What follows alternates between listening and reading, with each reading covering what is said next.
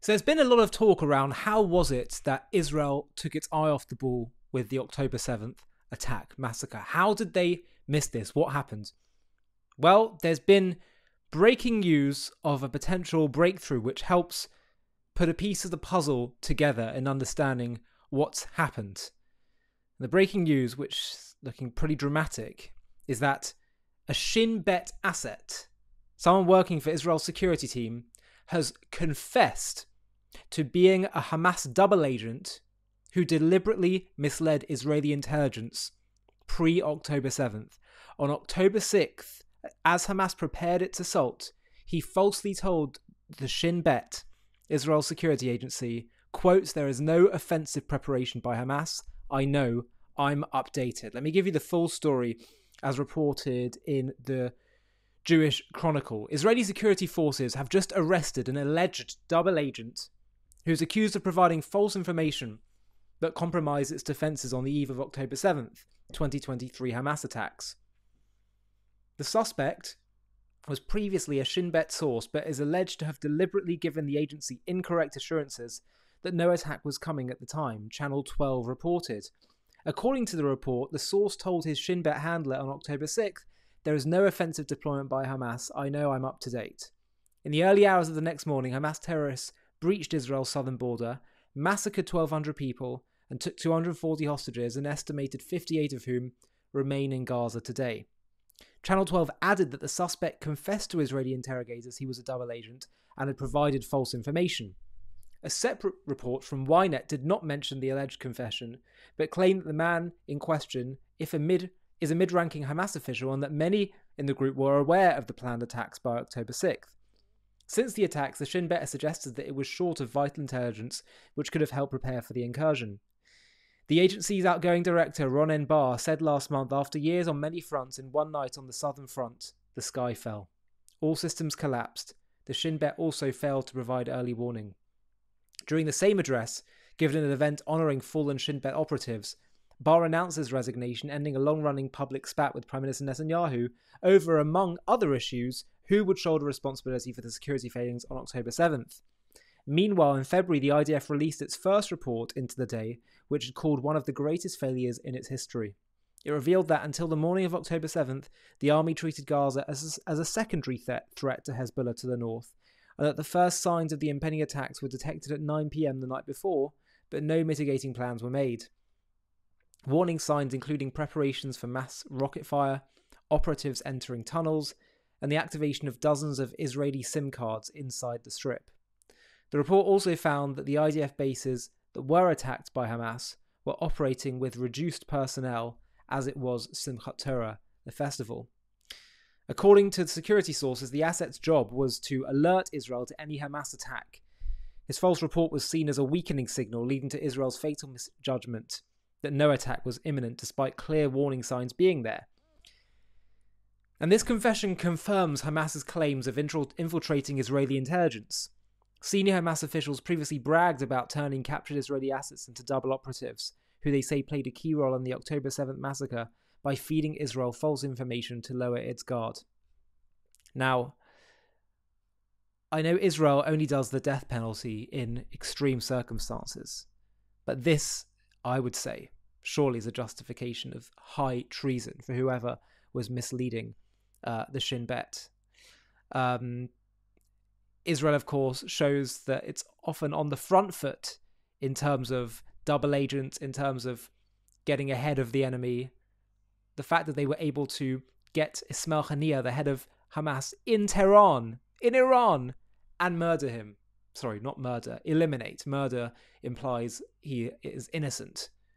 Kill, eliminate. His death was a just response to the mass death that he and suffering that he was responsible for. But whether it's that, whether it's the incredible Hezbollah pager operation where they managed to lace these Hezbollah pagers that were intended to avoid Israeli surveillance, and instead they fell right into the trap, and were able to, with almost no civilian casualties, non-combatant casualties, were able to take out so many Hezbollah operatives. Israel is shown to be on the front foot, to use double agents to get inside information. But this may be an example of how they were tricked and misled, and how the catastrophe of October 7th happened.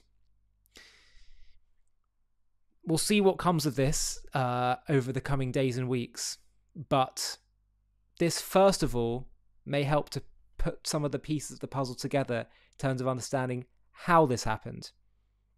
But I'm also minded of something else, just if we just zoom out for a second, which is that Israel actually faces these kind of security threats and these plans and these ploys the whole time.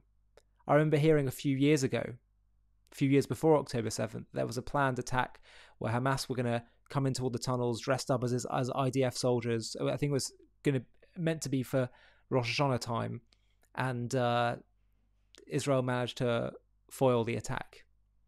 But this probably happens on a daily, weekly, monthly basis, where Israel is foiling attacks that are intended to cause mass harm. Let's not forget the fact that just a few months ago, there was a planned attack on all these Israeli buses, and the bomb went off at 9 p.m. instead of 9 a.m., thus avoiding so many casualties. And why I say this is because, as the verse says in Psalms, Hinei lo yanun v'lo yishan shomei Israel, behold, the guardian of Israel neither slumbers nor sleeps. We have no idea how many, I mean, maybe some of the security services do, but in some cases they don't even know. As we're seeing here, we have no idea just how often attacks are thwarted by the security services, by divine providence. When the attacks are successful, we can't make sense of it. But the one thing that I'm reminded of while saying this is that there's been so many attacks throughout history that have been thwarted, and our very survival throughout history, Israel's survival despite all the odds, and the Jewish people's survival for thousands of years, is testament to the fact that we do have a divine providence, because our existence and our survival for so many thousands of years cannot be explained through naturalist means. It simply can't. We have too many people, too much of the time, plotting for our downfall and for our expiration, God forbid. I'm also minded of another verse in Psalms, which we say every week before the grace after meals that we say at the end of a meal, on the Sabbath, on Shabbat, on holy days. And it's from Psalms, from King David's Psalms that he wrote, which are in the Bible, the Torah. And he talks about his vision for the end of days, the Messianic era where the world becomes whole and the Jewish people are redeemed from exile and suffering and persecution. And the verse says that the nations of the world will say, "Az yomru v'goim higdal Hashem la'asos imele." Look at the great things God has done with these people. And then the Jewish people will respond by saying, "Higdal Hashem la'asos imanu hayinu samechem." Wow, God has done so greatly with us, and we rejoice. So the nations say it first, and then the Jews say it. Surely you'd expect it to be the other way around. And one of the explanations I heard for this is that the anti-Semites, the haters among the nations, will say it first because they know how much they've been plotting. We're not even aware of it. They know how much they've been plotting, and God has thwarted their plans to try and persecute, annihilate us. And we don't even realize that. And only upon hearing that and understanding that do we realize just how much God has had his eye on the Jewish people and had their backs throughout history. So I want to note to end that video this video on a positive sense, because it's so important that we don't lose a sense of hope and confidence in our future. The fact that we have come through so much, and yes, we've had tough times, and yes, there's been horrendous atrocities that have occurred throughout our history, but the fact that we are still here, and look how Israel has fought back and is thriving despite all the odds. Look at the incredible generation of heroes that has been revealed to us as a result of all this suffering and this war. We should remember that the future is guaranteed to be bright. Now, before I finish, I want to share with you a clip from a new channel that's putting out these educational videos, one of which is about the insane Mossad Hezbollah pager operation. I'll show you a short clip from it, and then I'll put the link in the video description to watch the full thing. If you're able to help out this channel by clicking on the link and just writing a comment in the video comment section, it would really help them grow and develop the channel. Would really appreciate if you're able to do that. Thanks so much. I'll see you next time. Imagine you live in a country the size of New Jersey or Wales, and on your border there are 50,000 armed militants with 150,000 rockets ready to destroy you. What do? You might turn to the ancient Chinese philosopher Sun Tzu, who said all warfare is based on deception through espionage. Offer the enemy bait to lure him. On the 17th of September 2024, an enemy took the bait. A stunning undercover attack took place in Lebanon, targeting thousands of members of the Iranian-backed militant group Hezbollah. Who could have carried out such an unprecedented operation, and why? It was a sunny afternoon in Lebanon, a country on Israel's northern border. At 3:30 p.m, an astonishing attack from an invisible enemy shocked the country. Over 3,000 Hezbollah operatives received a message on their pagers. As soon as they opened the message, a tiny hidden plastic explosive was ignited and the pagers exploded. This is the stunning story of Mossad's insane operation.